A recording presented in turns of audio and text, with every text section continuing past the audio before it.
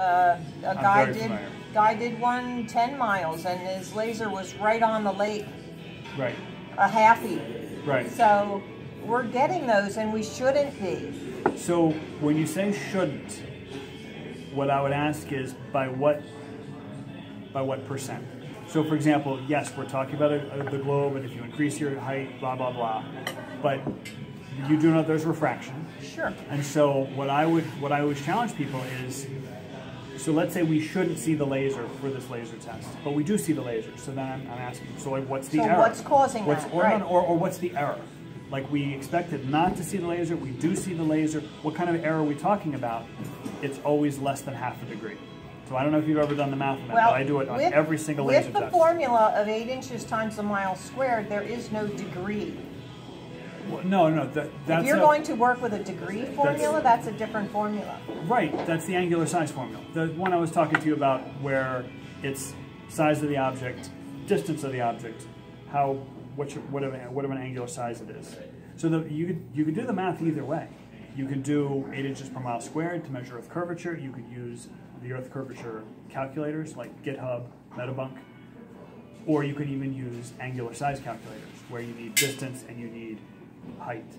But the error, and this is really important people understand this, wherever they say we shouldn't be able to see that but we see it, I say, but what's the error? The error is always less than half a degree, which means that out of, you see 180 degrees of sight, if the error is that big, and that's not really a big error. Okay, on 10 miles, we have 10 times 10 times 8 inches. That's 800 divided by 12 comes out to 66.6. 66 feet is a 6.5 story building. Right, but that's only if you're a halfie. So, but if you're standing 6 feet up, you need to use the Earth curvature calculator. Calculation of error, is that more than a 6-story building for 6 feet? Well, for starters, we have to make sure we're using the proper calculation. So the calculation you just used, 8 inches per mile squared, it's not an obstruction calculator. It's not to be used for what we can see. You have to use an obstruction calculator, which takes into account observer height. Okay, because when you change the observer height, you change how far you can see. So it's a different formula so that's the first, when somebody's standing up as to when they're laying down? Yeah, it's not a different formula. It's a different input. So when they're laying down, you just subtract 6 feet from the observer height.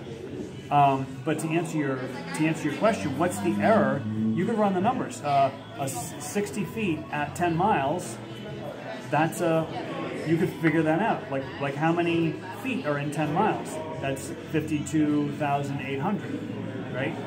So you have something 52,000 feet away, but it's 60 feet tall. That's quite small. But I mean, can't do the math in my head. But do you see what I'm getting at? It's actually a very small compared to the distance. So does that make sense? I understand that it would appear smaller to your eye. Right, but we're talking about the error, and I'm saying that I argue that the error is always less than half a degree, which means ultimately the error is very, very small. So when we have these zoom cameras, and we're standing there and we're zooming in on this 10-mile away 6-story building. Right.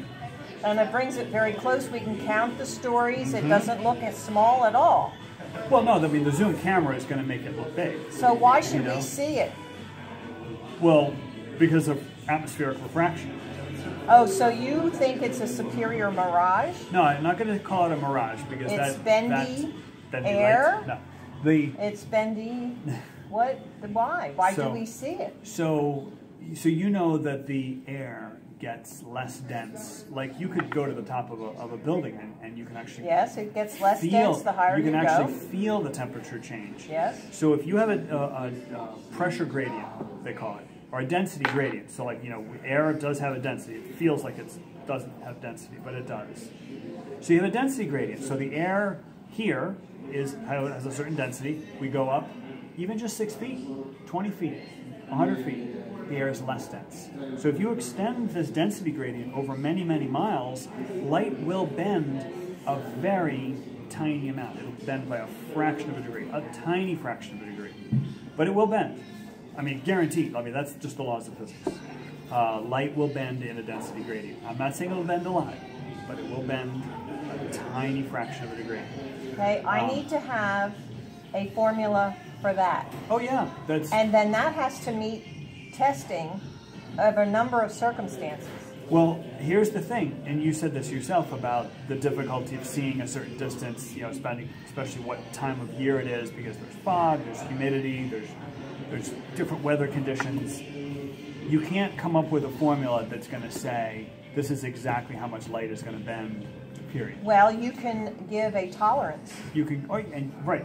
So my tolerance that I always tell people is less than half a degree. It's like, that's what I argue, less than half a degree. What would be the best and the worst tolerance for that 10-mile stretch? Right, so the biggest number would be half a degree. And I think in my experience, it's been like 1/100 of a degree, or less. You know, maybe the light is bending less than that. So what is it over that 10-mile stretch? I don't know. It depends on the seeing conditions. So are you familiar with the Skunk Bay footage? The Skunk Bay time lapse, I guess, was famous in flat Earth circles a couple of years ago. The red boat? No. What were they looking at?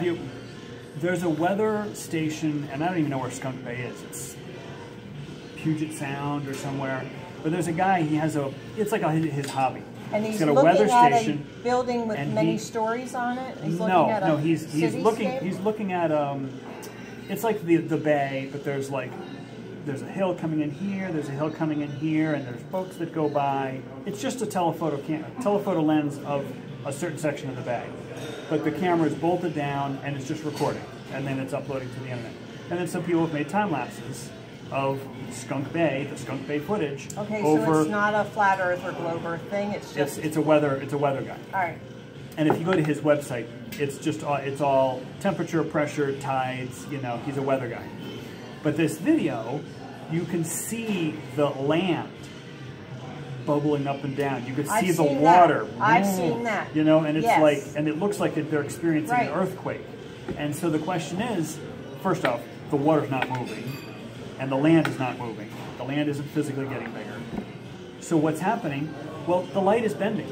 And if the camera's bolted down, and we can literally see these layers changing over time, what's happening? The light's being bent.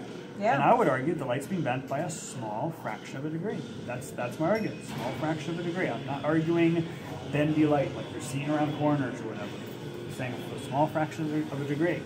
And so when you take a look at these laser tests, I actually have a whole spreadsheet that I've dedicated to this. I haven't published it yet, but at some point I'm going to make a video saying, hey, next time you have a laser test or next time you have a test where you're seeing something that you quote unquote shouldn't be able to see, plug in the numbers and let's see what's the error. I think I know what your video, the Skunk Bay, you're talking about. Did Mark Sargent do something about that? I mean, lots of flat earthers have copied it, mirrored it. Yes, where the water seems to hide the the shoreline, behind right, it there. right, and then it comes down, and then the actual land itself starts to move. So my question would be, why do we see it at all, ever? Well, I mean, there is refraction, I agree. Right. But at one point in the day, you see the land.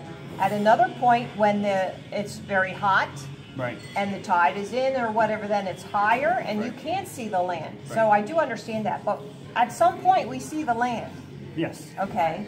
And we shouldn't probably be able to see it. I don't know the distance right off my head. So I would ask you to look very, very carefully into the word should. So like, what are the numbers you're running? And so a lot of times, and I saw this most excessively like 3 years ago, it was all 8 inches per mile squared. Like every calculation done by the flat earth folks was 8 inches per mile squared. So they're like, we shouldn't be able to see this because of 8 inches per mile squared. And the thing is, that does not take into account observer height. So this guy at Skunk Bay, his camera is bolted to the top of his house, and his house is up on a little hillside. So his camera may be 50 feet above the water. So yes, he's going to see the land. He's going to see the land just about all the time. Okay, but and again, weird variations. If that's what your objection is to that, seeing the land there, we have them where they're way down. and we can see the laser, and Right. and you're saying that there's refraction. Okay, but it's not going to be that much that How you much? can't see. This is what I want everyone to figure that out. And I what figured is it out. the tolerance? Well, no, but not the tolerance. Is it going but to be 67 feet? you can't measure it in feet. We're talking about light bending. So when you say light is bending, you're not going to say light's bending 67 feet, because 67 feet is a lot on a football field. 67 feet is very little. Over 10 miles. Over 10 It's miles. exactly the example that we were just talking about. Over that distance, I think it's a lot. We'll just run the numbers. 10 miles is 52,800 feet, right? 52,800 feet compared with 60 feet is not a whole lot. Yes. Thank you so much, man. Thanks for your hospitality. That's Oh, what I appreciate that. No problem. But do you see what I'm saying? So and I just trying to do the math in my head. So it's 60 feet. Let's just divide by 10, right? So now we're back to 5,280 compared to 6, right? And then if you want to even divide further, I can't. I should pull up my So why are you calculator. going Why are you going from tiny. miles down to feet? You want to compare apples to apples. So 10 is a small number compared to 60. So it's like, it's only 10 miles, but it's 60 feet. Well, 60 looks like it's the bigger number. Well, 66 feet Or on they'd the rather curvature, 7. and you going down to feet in the miles. It's feet and feet. So, Right. So you're comparing apples to oranges. So let's say Not really. 66 feet, and so this is 10 miles. if I go miles per hour, that's still a legitimate. Oh, sure. No, but there's nothing wrong with measuring it in miles. But what I'm trying to say is, what you're saying is 66 feet is a lot. I agree with you. 66 feet is the height of a Almost a seven-story building. seven-story building. That's huge. But what's a 7-story building 10 miles away? Like, would you even be able to, would you even And be able with to the notice zoom camera, I can see it Right. very close. Right, but with your naked eye, a 6-story building 10 miles away is probably a dot that you can just barely see, right? It's a dot. I don't know that. Okay. So I'm not going to commit. So this is where, and I wasn't trying to put you on the spot. But I can so this see is where Atlantic 5,200. City from Wildwood. Yeah. So, but I have to run the numbers. But if you do this apples to apples, so 52,800 feet, that's the distance. 66 feet, that's the height. Well, you can actually measure what this angle is. You can actually measure that angle. Yes. So knowing the angle makes what difference? Which means that is it the size of a dot? Is it the size of a peppercorn at arm's length? That angle really means not really much. Well, it does not mean much, because either I can see it or I can't. Right, but the point that I'm trying to make is that when you say 66 feet is a lot, it depends on whether you're standing next to 66 feet. If you're standing next to a 6-story building, 66 feet is a lot. If you're standing 10 miles away from 66 feet, 66 feet is very little. And so the point I'm trying to make is that if you measure this angle, or mathematically figure out that angle, and you find that angle to be less than half a degree, well, that's the error that I'm going to say for atmospheric refraction. I'm going to say less than half a degree. Oh, so whatever we can see, you're going to say it's because of the refraction. I'm going to say if it's less than half a degree. And you're not going to commit to saying, well, here's a tolerance formula, and if we can find something that's not that, I'm going to still change my formula to meet whatever I find? No, I'm saying I'm making a blanket statement that 100% of the observations will be less than half a degree off from what we quote-unquote should see on a mathematical globe. Because we don't live on a mathematical globe. We have an atmosphere. Atmosphere has density gradients. Light bends in a density gradient. That's the laws of physics. So if light bends in a density gradient, then I'm arguing that maybe over 10 miles, light might bend a fraction of a degree. And what would a zoom camera do with that refraction? The zoom camera won't do anything with the refraction. It just simply will make the target appear larger. And what if we can see down to the bottom of that 6-story hotel? Well, then that means that there is with the zoom camera. Right. Then that means there is a 66 but not with the naked eye. Yeah. So the zoom camera is there giving you. refraction or not? No, there's always refraction. We live on a planet with so if I can't see the bottom floor of that 6-story building, you could say it's refraction with the naked eye. With the naked but if I zoom into it, then I see the bottom floor, then that's not refraction? No. When I say you can't see it with the naked eye, you probably can't even see the building, anything bigger than a dot. But I can see... With your naked eye? Yes. So I'm standing on the Ocean City boardwalk, and I'm looking at Avalon 20 miles away, and way to the left, you can see a little bit of wildwood sticking out beyond that. But when we're talking about the building... 30 miles from So are we Ocean talking about, City. you could see, like, are we talking about you're at night and you can see the lights? Okay, so it's daytime. Because so I use that as an example. Can you like make out, like, you know, you could see the Sears Tower across Lake Michigan, and you could say, that's the Sears Tower. I know what it looks like. It's got a very distinctive shape. Yeah, that's what this picture is up there. Right. Is that's Chicago across Joshua Nowicki. Yeah. Right. Yeah, I'd have a whole thing on that. Well, did you ever like go do real life experiences with that? I mean, I know you don't have a good camera, you said, but did you ever go? I mean, you said you saw the lights from the Cape. I saw the lights Wildwood of Wildwood from Rehoboth Beach. Rehoboth, okay. Rehoboth Beach, Delaware. So is that pretty much your real life experience? Well, no, the thing is, I do lots of extensive measurements. I don't do field trips, so I do lots of extensive measurements where I live, like here in Norristown. So measuring the angle of the sun in the sky, and measuring the angular size of things. I built a little solar observer with like a pinhole camera thing. Yeah. So I've made extensive measurements. I don't go off on field trips. Okay. Can I make a suggestion? Is that when you do this, you are basically saying this works on a globe. That's what you're saying. With an atmosphere. It works on a globe with an atmosphere. Okay. And what you're suggesting then is it can't work on a flat Earth. Well, no, I'm not going to say that. These particular observations where we're saying if you can see a 10-story building and you zoom in with your P900 or whatever, you see it all the way down to the shoreline, I'm not saying that you can't do that on a flat Earth. Of course you'd be able to do that on a flat Earth. If the Earth were flat, you'd be able to see that building, okay? So the ability to see an object at a far distance, yes or no, can we see it, can we not see it? That doesn't necessarily say the Earth is flat or the Earth is not flat. Do you see what I'm saying? In other words, it's still open.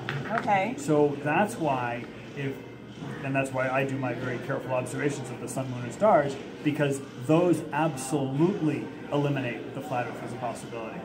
Like, for example, on the equinox, now I don't understand how you could say that. All right, well, just pick the equinox sun. If you were to, like, even just take a GoPro or whatever, do a time lapse, and just aim it to like where the sun's going to cross the sky, and you have the sun is going to trace a line in the sky. Like, literally, it will be a ruler straight line in the sky for 12 hours. And meanwhile, the sun is supposed to be going from here all the way around to here. So it's a bit of a stretch for me. It's a bit of a stretch to say, well, it's perspective, it's atmospheric bending, it's this, to take a semicircle, like literally half a circle, and straighten it out into a ruler straight line, like by some magic. That's where I, have trouble. Well, and there's 100 more observations like that. Like the moon. We always see the front of the moon. We never see the back of the moon. There are some people who think that the sun and the moon are projections. Yeah, I've heard that. And I don't know about that. And that's what I stay away from, really, because I'm telling people about the surface of the Earth. And I think there's a lot of errors that could be made when you observe the heavenly bodies. Right. So there are errors that could be made, but then the question is, by how much? How many degrees are we talking about? Because the errors that I'm talking about in your long-distance sighting, like these laser tests and seeing, 30 miles, 20 miles, whatever, the error I'm talking about is less than half a degree. Okay. So when we talk about looking at the sky, what kind of errors are people saying that globers are making? How many degrees of error? When you do the equinox and you get a straight line, that is what you can say. You can say, my test made a straight line, okay? But you cannot say, it proves that the Earth cannot be flat.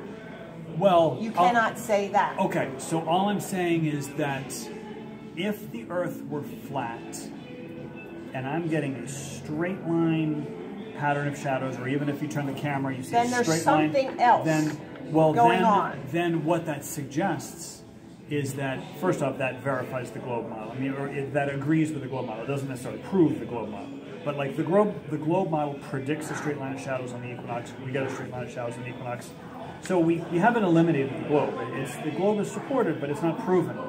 However, on the flat Earth, especially the AE map, if you're saying that the sun is traveling in a semicircle, like literally 180 degrees of a circle, and we see it as traveling in a perfectly straight line, there's, like it's really hard to reconcile those two.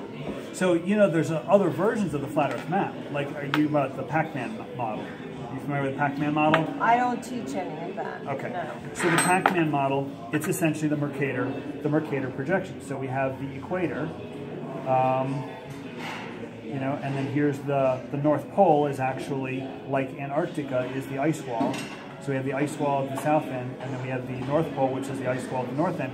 And then, so here's North America, and then here's South America. I'm drawing this upside down, so it's all horrible. But basically, so they say, well, the sun just travels. I'm sorry, and then the sun it jumps, rises. it goes underneath and comes around? Well, no. It disappears and then comes back, like Pac-Man. Like I heard that, and it's called the Pac-Man model. I just don't know how that would work. Well, but the way it does work is that if you're an observer, you see the sun traveling in a straight line, right? Well, so this sure. works perfectly on the equinox. If any observer will see the sun traveling on a straight line. But then it disappears here and it reappears here and it comes back. Okay, so it's another model. So when I say that seeing a straight line on the equinox disproves flat Earth, it really disproves the AE model, the AE map of the flat Earth, because it's a 180-degree circle, semicircle. Yeah, there is something strange about it. I will grant you that, but I don't think there's enough data for that. So, and so if collect you're more doing data. sun observations, then I think you're going to be severely lacking in evidence as to really what the surface of the Earth is. Okay, so fair enough. I mean, you're going to say, well, you can reject that map, but what you can't say, I think you really need to do some field trips, because there has to be some data that you're not getting about the surface of the Earth itself. Okay. So that's a very, very good question about the surface of the Earth. And so in the real world of the world of engineering and building and construction, how do people measure the surface of the ground? And they use a theodolite. Well, theodolites do not go very far. Well, but if you were to propose the world's most expensive construction project, let's say there's a $10 billion airport, right? A $10 billion airport. GPS. Well, the G in GPS stands for global. Ground. Ground positioning system. Loran. Military had Loran. But Loran was based on radar sites. So Loran, absolutely. But the precision that GPS gives us, it's measured in feet, But the point that I'm trying to make is, if you have this $10 billion airport that you're going to construct and it's 10 miles wide, what are all the guys are going to be using theodolites? Every single one of them is going to be using a theodolite. So when I hear a flat earther say, well, theodolites are just so inaccurate, it's like, no, they're the most accurate instrument they out there. Go that far for measuring. Well, when you say go that far, what do you? Well, you can't see that far in them. You can't. It's got a telescope. It's not as you don't see as far as a P1000. Yeah, so you're not surveying for 100 miles, So the zoom level, but I mean, a theodolite does have a telescope built in. Yes, it does. It's not the same level of magnification. Right. So yeah, if you had a P1000 and you had a theodolite, the P1000 would have greater magnification, but the P1000 cannot measure angles to a millionth of a degree, or not a millionth, but a thousandth of a degree. And even with any tolerances, I don't think you need to be that nitpicky with it. So, but the point that I'm trying to make is that if you want to measure the surface of the Earth, like I'm talking about the sun, moon, and stars. So let's say we have to throw out the sun, moon, and stars. We have to focus on the surface of the Earth. Well, how do you measure the surface of the Earth? With surveying equipment, like a theodolite. And then when you do it with the theodolite, when you measure the surface of the Earth with a theodolite, you find that the Earth curves at approximately 8 inches per mile squared. But I don't think that you can use a theodolite to detect curvature. So would you say that you could see a mile just fine with a theodolite? Like, you know, with the, it's got a telescope. I personally have never looked through one. Yeah, well, it would be an eye-opening experience. And there's also another thing called I used a laser on the job. We had a laser that would only go maybe a quarter mile, not even that probably. Yeah. Well, there's another thing called in formula it's called a dumpy level. And that has either a 24x or a 32x telescope built in, but it has optics. It has leveling optics, so that, you know, if I hold it and I go up and down, that line is going to stay the same. So it's like if I'm holding it, I'm trying to hold it steady, but you know it's a handheld instrument. Then it's got a little line in there, so the line is absolutely level, right? You know what I'm talking about? If I put it on a tripod, even better. So when you look through that, you get a pretty good sense of like where the horizon is set. But the folks who have used a theodolite... But when you use any kind of an instrument, you can move it up just a little bit and that will drop the horizon. Not if it's a level. Of course, no, like no, you could take a camera. Like you could take a camera. If you tilt it up slightly, it will drop the horizon. Right, but you're not looking through an instrument. You're looking through, say, a camera. You just said a theodolite. So a theodolite has a level yes, line. but if you and if you tilt it up, that level line will drop. Well, for starters, and the horizon will drop inside the telescope. You won't see it on the level line. But the theodolite, it's a leveling instrument. Like it literally, the mechanics of it. But there have been tricks done by some videographers who have tilted their camera up and said, "Look, the horizon's dropping." No, you tilted your camera up. So, are you talking about where they took a look at the guy's video where he had the red fluid in a tube? Yeah. Okay. So if you have the red fluid in a tube on the mountaintop, looking at if you have the red fluid in the tube, is it fair to say that water is level in that tube? Mm-hmm. So if your camera, like running out of napkin space, so the guy's tube, it was like a rectangle of tubing. So it was a so let's say this was the red liquid, right? And I think the thing was like maybe only this big, 2 feet maybe. So you could tilt this frame all you want, but if water is level, and I would say the water is locally level, then this line is going to be level with this line. Like even tilting this frame, those two lines are going to stay level with each other, right? Well, now the guy's got a camera. And his camera was lined up with both of those lines. So it doesn't matter if he's like tilting the camera up.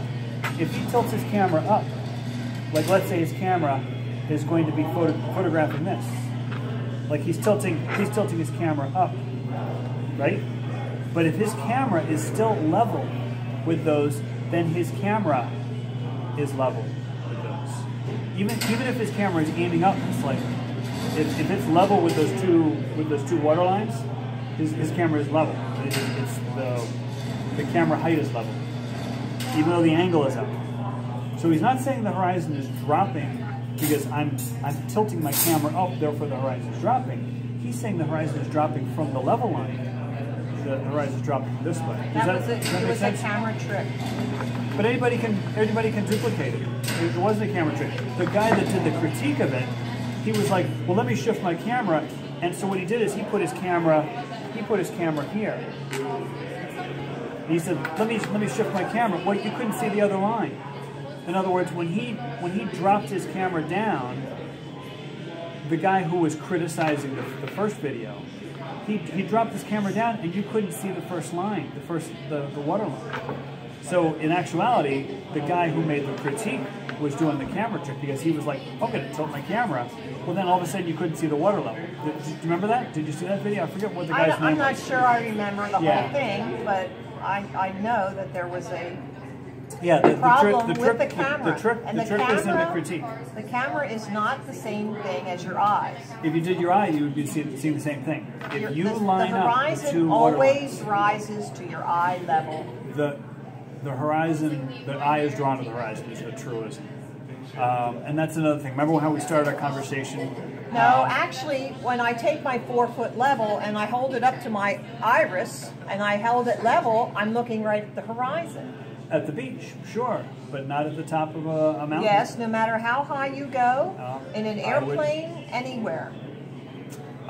I would challenge you to duplicate that experiment at a significant height. Well, have you ever seen any footage out of a cockpit of a airplane? Oh, there's tons of footages, yeah, but very few of them, or none of them, are shooting at 7 miles high, 37,000 feet. 37,000 feet. Right. It's up at your eye level. It's like a degree or something below eye level at that height. Maybe it's 2 degrees. Okay, so if you're saying it's a degree or 2 degrees down at the ground, then it should be higher. No, the planet is really huge. The planet really is really huge. How huge is the equator? 25,000 miles around. That's not that huge. It's only 8 United States. So it's so huge that if you were flying 500 miles an hour, it would take you 2 days to fly around the entire Earth. Like literally, you're going 500 miles an hour, and you're going to be going for 2 days before you get around. That's huge. So, but if you run the numbers, like you say, the horizon at being at eye level, and I say, well, the horizon is a couple degrees below eye level. It's all, you can do the math. It's a simple geometry problem. And one of the things that's nice about the metabunk? The metabunk calculator, it has all the data. It has like the horizon drop value in degrees. It has the hidden value. It has the... And I'm saying that we see past all tolerances. Well, and I would ask you, measure it in degrees, and it's going to come back less than half. That's my challenge for you. Is like these laser tests. I can see the mirror. The guy's holding a mirror at the beach, and his wife is like going like this with the mirror. You know that one, where the guy is photographing and he sees this flash of light on the beach. So then run the numbers, and you'll find that it's less than half a degree. Every single time, it's less than half a degree. Which means we're not talking about a huge error. Meanwhile, the guy in South Africa, he's looking due east, and he sees the sun when the sun's right here. No, when you go off like that, that's not due east. No. Take the guy in South Africa. Yeah, like, but do a look, this is not due east from South Africa. That's not it. That's due east from South Africa. No. Right there. When you have a compass, all you know is where north is. Okay, so and what's 90 degrees? It changes. What's 90 degrees from north? It changes. From somebody standing in South Africa. He's not moving. If he were in a boat, you'd be absolutely right. East is here, and he's driving in his boat, and east is here, and he's driving in his boat, east. Okay, right. That's as you go in your boat. But if he stays in South Africa, where's east for him? 90 degrees from the North Pole, right? It's 90 degrees from the North Pole. I admitted there is something very strange about where the sun is rising, and that is left up. But I think that when you are honest about looking at great distances, you're going to see that we are seeing way too far. Yeah, way too far if we didn't have an atmosphere. I agree with you there. Way too far if we didn't have an atmosphere. So like the laser test should fail. We shouldn't be able to see the guy at the beach. We shouldn't be able to see the mirror at the beach. They would all fail if we didn't have an atmosphere. If the Earth were just a mathematical globe, I agree with you 100%. We should not be able to see those distances. But if you add an atmosphere, which allows a little tiny bit of atmospheric refraction, well, then it should be a tiny little bit of error, but that's not what we're finding. We're finding we can see the whole building. Right, which is less than half a degree. It's less than half a degrey. No. Do the math, and you'll find it's less than half a degree. No. Well, I mean, just like, for example, why I don't have it off the top of my head, I don't have the formulas. I mean, I could derive it real quick. Well, you can put it up on your channel, and I'll take a look at it. Yeah, but like, for example, so here's the North Pole, and then the equator is approximately halfway. So this is all very rough. So the equator is representing where the sun is on the date of the equinox, and then so South Africa is, you know, like say down here. So where this napkin is folded, that represents like approximately 180 degrees. So we'll say sunrise, sunset. So for this guy in South Africa, he's looking due east, he's looking due west, and he's looking due north to the North Pole, and then he's looking due south. So east is 90 degrees from the North Pole. So when the sun is here, this guy sees it in this direction. So like so my question is, what's the error? Well, the error is about 60 degrees. So if the error is about 60 degrees for this guy, and I'm arguing that I'm allowing a less than half a degree error, you know, it's like, it's a lot the different. sun, we're back to the sunrise again. Mm-hmm. Why are we doing that again? Because that's your area of interest, and that's what you think is Well, no, something. all I'm saying is I'm putting it in perspective. Well, no, you're just going on the sun and the moon and the stars thing, and I'm thinking that you need to get down to earth and look at stuff that's on the ground and on the water and things like that. When I do that, when I look at those things... But you just admitted to me that you don't do field trips. I don't do field trips. Well, that's what you really need to do. What I do is I look at the footage that's been filmed by flat earthers and I post it on YouTube. So when they post the footage, like, are you familiar with Ranty? He's over near London. I've heard of Ranty. I'm not a people follower. Okay. I don't follow people. Okay. But I remember, like, the red boat. That was excellent footage. Okay. When it goes out of the bay, the big red boat, and it goes out. It's a liner and a shipper, and it goes out of the bay, and they follow it for more than a half an hour or whatever, and it shows how the refraction affects the boat, and it looks like it's upside down and all that stuff, and it disappears, but it's there because she zoomed in on it. So it disappears from your eye, but you can still see it. Yeah, I understand that argument. But no, my point behind here is if I, as a glober, am arguing that an evidence that somebody says we shouldn't be able to see the laser at 10 miles or 20 miles, and I say, well, the error is less than half a degree. In fact, the error is almost always like 1/100th of a degree or 2/100ths of a degree. Meanwhile, we have this problem with the sunrise and sunset where what's the error? The error is 60 degrees. And it's like, so it's like somebody can't say, well, my model is correct, even though I'm allowing a 60-degree error. And I'm saying my model is correct, I'm allowing a half a degree. Do you see what I'm saying? It's just sure, when it comes to the things in the heavens, sure it does. But I'm talking about what's on the ground, what's on the earth. That's why I say measure with theodolite. So what I was going to say is, I was asking you if you thought a theodolite would be able to see a mile, because you said, well, I can't really see that far. Well, how about a mile? Well, there's a guy who photographed. He set up a marker, a surveying marker, and he was at a pond. It was literally a pond, a mile-wide pond, perfectly still water. He set up the marker, I don't know, 36 inches, say, above the water. I mean, like, with the measuring tape hitting the water surface. So he had this marker that was like a surveying target, like black and white. You could see it at a distance. Like those printer registration marks. The mark looks kind of like this, where it's like a checkerboard, where like this panel is black and this panel is black. Okay. And so, if you photograph that you could see that a mile away. You still see the little. Do you see what I'm saying? Right. So that was the center of that was exactly, say, 36 inches off the water, and then he was a mile away, and he put the lens of his theodolite exactly 36 inches above the water. And what you saw was that the center was about 8 inches down from level, from like the actual mechanical level. And then he reversed it. He then put the target where he was, and then he put the camera down. And even if you go the other way, it was still 8 inches down. And so the water looked perfectly flat, which is why I'd argue. The water looks there flat. was nothing at all to do with the water. Well, no, but what I'm saying is that the water was actually 8 inches, had dropped 8 inches in 1 mile from level. So if you have a theodolite here, and it's shooting a level line, and then you have this target, the target was just 8 inches down after a mile. Well, I'm going to reject that because I don't really know anything about that. Yeah. I can't be there holding their hand and making them be honest. So I can't know. Okay. There's a lot of information out there that's false. and it's tampered Agreed. with. Agreed. Yeah. So that's why I always argue that people do it themselves. So on my channel, you won't find me saying a single word. I've got like 4.5 hours of original content. I never say what the shape of the Earth is. I never say the Earth is equal. I say get outside and measure it. You know, measure this stuff. But you don't do it yourself. Oh no, I do it myself.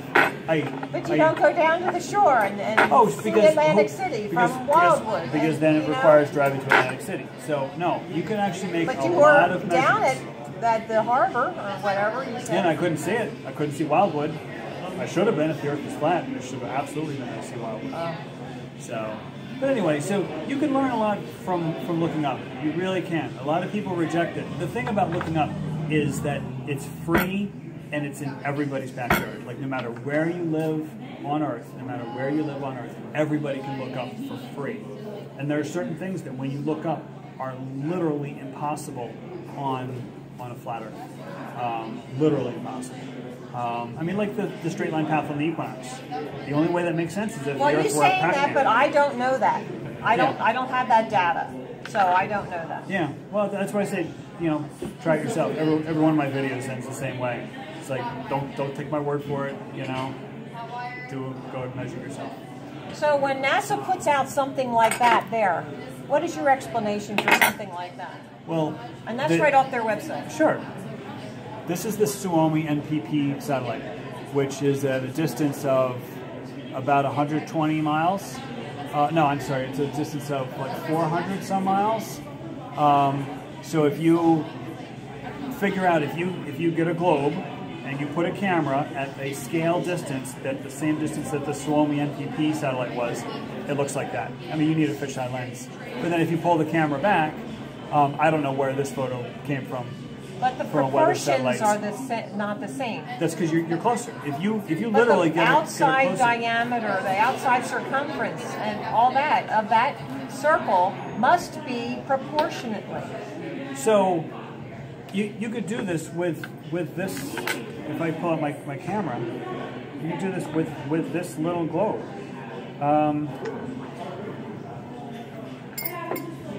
So it's really horrible. But let's turn. So the United States is there, and so let's just bring. All right, where's the camera? So my hand is in the light. But anyway, if you see the United States, it's taking up a significant portion, right? You can't see any of South America, right? You can't see China. China is yellow. You can't see China, right? And if I just pull this thing back, you know, just pull it back, you can now see a little bit of China. You can see a little bit of South America. This is a very crude demonstration. You could do it with a GoPro.